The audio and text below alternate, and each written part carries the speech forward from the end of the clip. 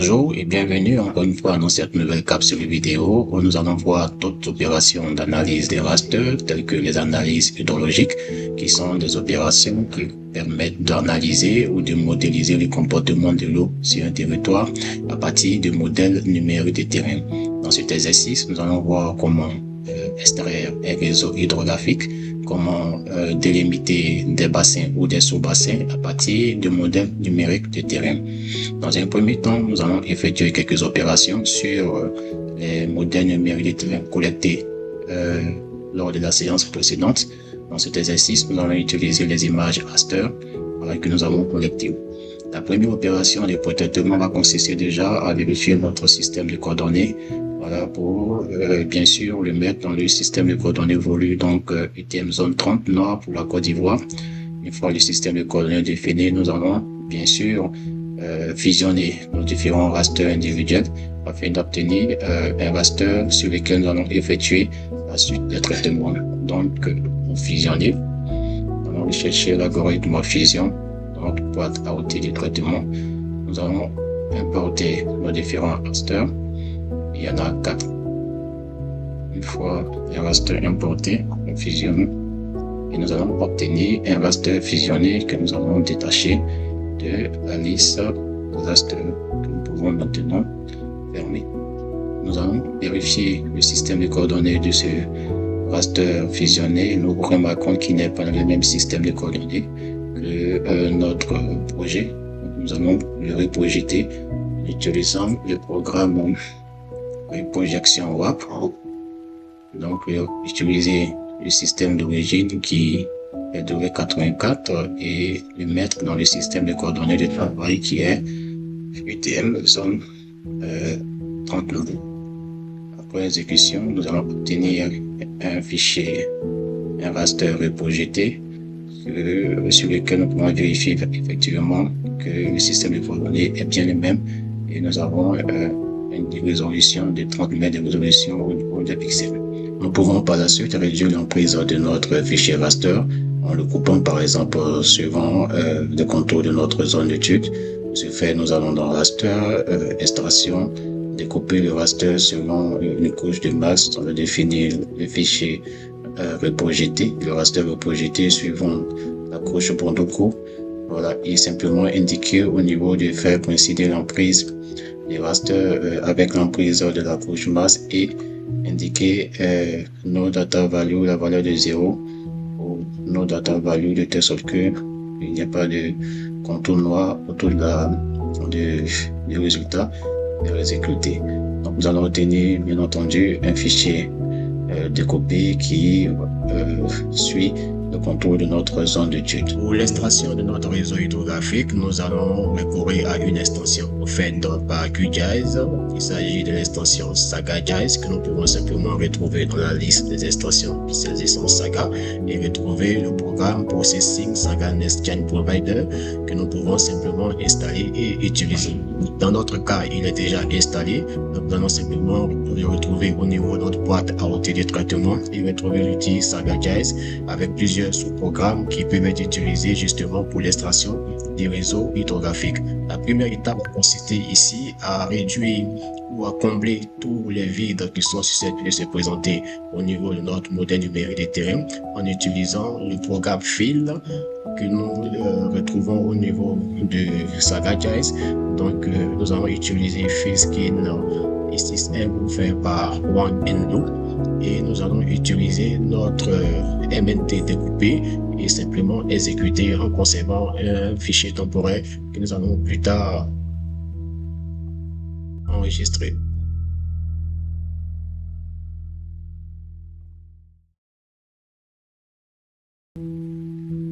Après l'exécution, on retrouve tout naturellement un fichier file qui présente des altitudes différentes du précédent. Donc nous remarquons qu'il y a eu bien entendu une modification au niveau de ce nouveau fichier que nous allons utiliser pour la suite. La deuxième étape va consister maintenant à déterminer l'ordre de notre réseau hydrographique. Et pour ce faire, nous allons utiliser l'algorithme Strahler que nous pouvons retrouver en saisissant simplement Strahler et retrouver Strahler Order, voilà, qui permet d'utiliser en entrée notre fichier avec les vides complets, donc notre raster avec les vides complets file, et conserver comme d'habitude les fichiers temporaires et exécuter tout simplement.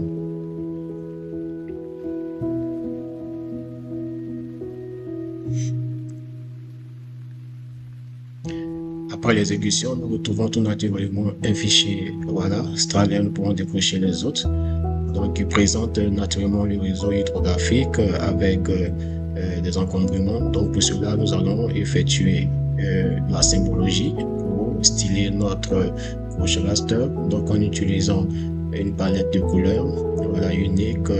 À défaut, utiliser le turbo ou utiliser une palette de couleurs bleues par exemple pour refléter l'eau. Et nous allons conserver les classes qui sont déjà définies et simplement appliquer. Alors, nous pourrons naturellement bien apprécier le réseau hydrographique qui présente ses affluents de plusieurs ordres. Après cela, la question qui se pose naturellement est de savoir si le réseau hydrographique identifié reflète la réalité du terrain. Ainsi, nous allons procéder à une étape de calibrage de notre réseau hydrographique de sorte qu'il puisse se superposer à d'autres supports cartographiques comme le réseau hydrographique par exemple offert par OpenStreetMap. Donc nous allons utiliser notre calculateur raster et calculer des valeurs à partir de notre fichier Strahler Order, tout en considérant l'intervalle des valeurs fournies par ce fichier. Ici, nous constatons que les valeurs varient entre 1 et 7. Nous allons pour ce premier exemple utiliser par exemple une valeur de Strahler Order supérieure par exemple à 7. Voilà, ce sont des valeurs qu'on peut choisir de façon arbitraire et ajuster jusqu'à ce qu'on puisse trouver le réseau hydrographique réel, c'est-à-dire celui qui se superpose au fond topographique. Nous allons enregistrer notre fichier de question en mettant réseau hydro, donc RH par exemple, et préciser la valeur 7 pour marquer la valeur qui a été utilisée comme valeur arbitraire. Donc, nous allons enregistrer notre fichier et obtenir un autre réseau hydrographique que nous allons styler pour mieux apprécier, toujours en utilisant une palette à valeur unique classée. Donc, c'est un fichier binaire naturellement. Donc, nous redonnons des valeurs plus floues que nous allons rendre transparent en utilisant 0 comme opacité. Et la seconde valeur, utiliser les bleus pour marquer le réseau hydrographique. Donc, nous pouvons décocher la première valeur de Strahler Order et nous pouvons apprécier un réseau hydrographique moins dense, voilà, qui présente des trains qui sont plus ou moins ajustés au réseau hydrographique offert par OpenStreetMap. Voilà, c'est pas tellement le cas pour les autres trains.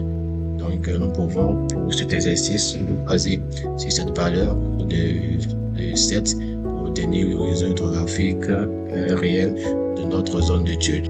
Après avoir calibré notre réseau hydrographique et donc déterminé le seuil de ce réseau hydrographique, nous allons à présent l'extraire. Pour ce faire, nous allons saisir un algorithme commençant par channel, voilà, et utiliser le channel Network and Drainage Basin. À ce niveau, nous allons utiliser comme élévation notre fichier file, c'est-à-dire avec les villes comblées. Nous allons définir notre seuil qui nous a permis de pouvoir déterminer notre réseau, pouvoir calibrer notre réseau hydrographique qui est de 7. Voilà, et après ça, décider de conserver ou de décocher certains fichiers. Nous pouvons décider de ne pas faire apparaître des différences au bassin. Nous pouvons garder le fichier de direction de coulement, flow direction, flow quality, nous pouvons décocher. Nous pouvons décocher également le fichier lors des Strahler. Nous pouvons conserver les différences sous bassin qui vont apparaître, le réseau hydrographique également, et décocher simplement tous les autres fichiers comme le capaciteur de jonction qui n'est pas nécessaire. Après cela, nous pouvons exécuter simplement le programme.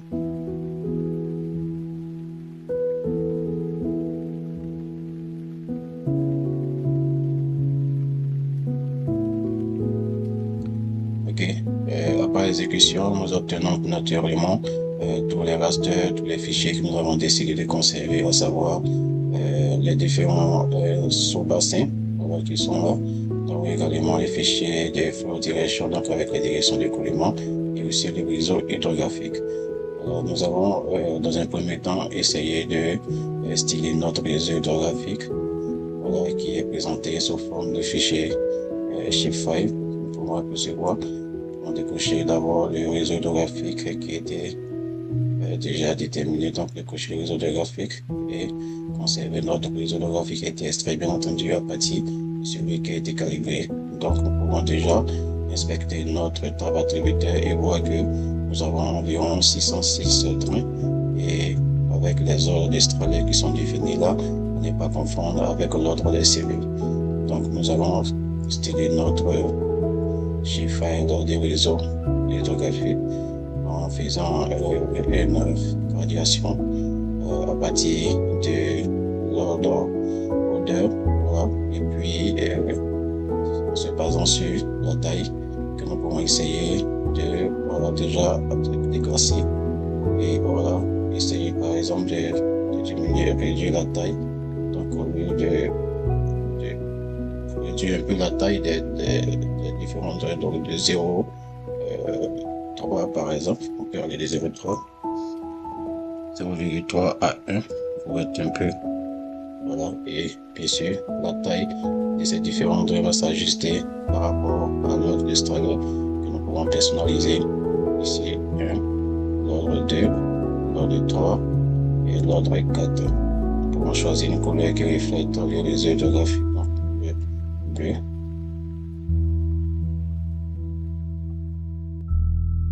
Voilà tout ça défini, nous pouvons exécuter, appliquer simplement pour bien voir apparaître nos réseaux hydrographiques avec les différents ordres qui sont définis. Donc les cours d'ordre 1 sont, on le fait ici, les cours d'ordre 2, ensuite d'ordre 4. Donc on peut décider de renverser l'ordre pour tenir compte des éléments de la taille. Donc notre réseau hydrographique est bien défini. Après cela, nous allons maintenant styler notre bassin versant. Donc en décrochant ou en gardant simplement au niveau du bassin versant, nous voyons que nous obtenons plusieurs bassins versants en superposant le réseau hydrographique au niveau du bassin versant. Donc on voit que les différents sous-bassins, voilà, qui sont représentés par les différents cours d'eau et les affluents. Donc nous allons nous intéresser au plus gros sous-bassin qui est celui qui est représenté par ce cours d'eau qui est l'affluent de la Volta Noire qui est appelé le cours d'eau sous le nom c'est le cours d'eau. Donc ce cours d'eau est son sous-bassin que nous pouvons essayer d'extraire. Donc pour ce faire, nous allons simplement convertir ce fichier raster là en un fichier vecteur, un fichier polygone. Et pour ce faire, effectuer l'opération appelée polygonisation. Donc nous venons simplement dans raster, nous voulons convertir simplement notre fichier en vecteur. Donc on va polygoniser notre raster. Donc simplement le fichier raster bassin, voilà, nous pouvons conserver les différents champs par défaut et ainsi que le nom de notre fichier vectorisé qui sera nommé vectorisé simplement et exécuter le programme. Cela fait, nous pouvons décocher notre raster, également décocher le contour de notre département et par la suite sélectionner le bassin versant souhaité, le sous-bassin versant souhaité à partir des différentes méthodes de sélection que nous avons déjà utilisées lors de la première séance. Voilà, et à ce niveau, on pourrait utiliser simplement l'outil de sélection plus rapide là et simplement extraire les sous-bassins que nous souhaitons représenter. Nous n'allons pas continuer avec cette partie. Donc, veuillez se référer aux outils de sélection. Merci d'avoir suivi cette vidéo présentant comment utiliser certains rasters pour les analyses hydrologiques, telles que l'extraction d'un réseau hydrographique d'un sous-bassin qui sont utiles dans diverses applications en environnement.